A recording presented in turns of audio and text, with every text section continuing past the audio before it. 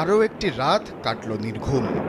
যে কোনো মুহূর্তে হামলার আতঙ্ক, মুহুর্মুহু ভেসে আসা সাইরেন ও বিস্ফোরণের শব্দ। যেদিকে চোখ যায় ভেঙে পড়া ভবন ও সড়কের ধ্বংসস্তূপ।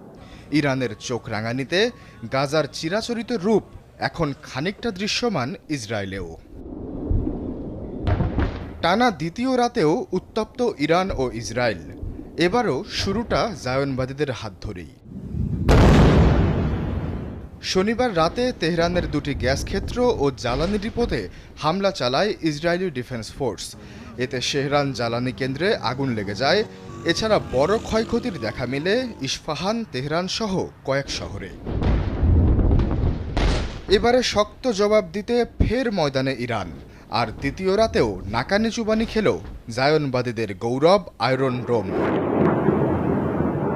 রাতেই তেহরান থেকে ছুটে আসা শত শত ক্ষেপণাস্ত্র ও ড্রোন আছড়ে পড়ে উত্তর ইসরায়েলে, যাতে হাইফা বন্দর নগরীতে হুড়মুড় করে ধসে পড়ে বেশ কিছু ভবন।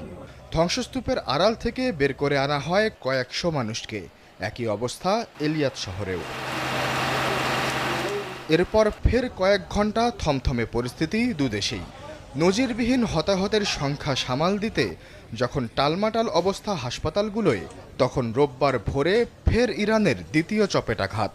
এবারে মধ্য ইসরায়েলে তেল আবিব, জেরুজালেম সহ বড় বড় প্রায় সব শহরে শতেক বাংকার, আশ্রয় কেন্দ্রের তৎপরতা, প্রতিরোধের সব কয়টি অহমকে বৃদ্ধাঙ্গুলি দেখিয়ে যেন প্রতি ঘন্টায় হু হু করে বেড়েই গেল ইসরায়েলি হতাহতের সংখ্যা।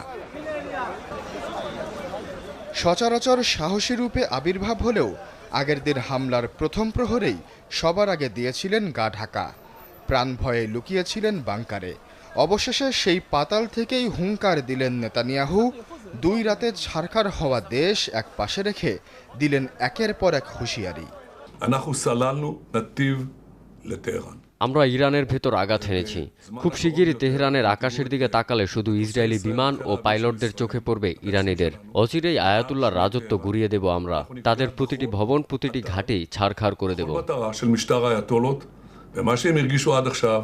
2 দিনের হামলায় ইসরায়েলে এখনও নিখোঁজ শতাধিক মানুষ, যাদের খুঁজতে ধ্বংসস্তূপে চলছে তল্লাশি অভিযান। আশ্বাস চৌধুরী, চ্যানেল 24।